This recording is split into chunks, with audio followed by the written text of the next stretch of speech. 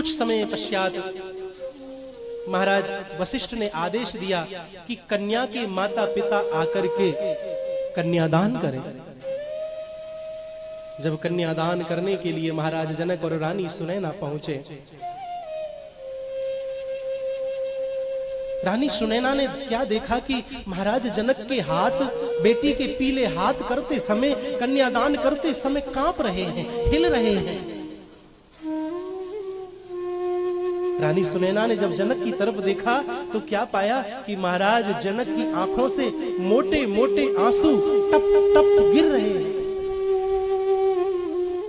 रानी सुनैना धीरे से बोली, महाराज बेटी का दान कर रहे हो,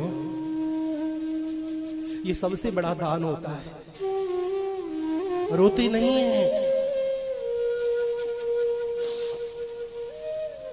प्रसन्न मन से दान करिए।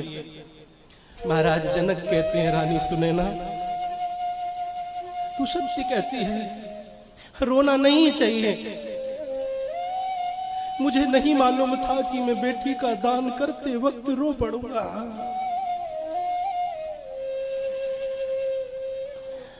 नदबई वासियों, एक पिता अपने जीवन में 3 बार रोता है। एक बार तब जब बेटी की लग्न पत्रिका लिखी जाती है, उस समय पिता की आंखें डबडबा जाती हैं। पिता को आभास हो जाता है कि अब वो ज्यादा दिन की मेहमान नहीं है, कुछ दिन बाद छोड़ करके चली जाएगी। अपनी पत्नी को कहता है, सुनो अब इससे ज्यादा काम मत कराना, अब इसे पूरे जीवन भर काम ही काम करना है। बेटी से पूछ लेना, इसकी कोई इच्छा हो, कोई मांग हो, हम पूरी कर देंगे। लग्न पत्रिका लिखते वक्त एक पिता की आंखों में आंसू होते पहली बार।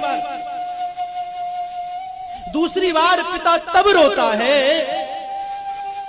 जब बेटी का कन्यादान करता है।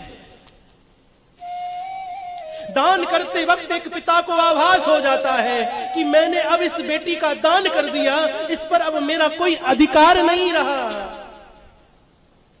अब इस पर मेरा कोई अधिकार नहीं है।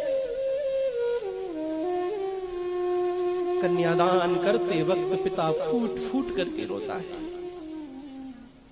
और तीसरी बार पिता धर्म प्रेमियों उस वक्त बड़ा फूट फूट के रोता है जब बेटी डोली में बैठती है। वह उस समय डोली में बेटी को नहीं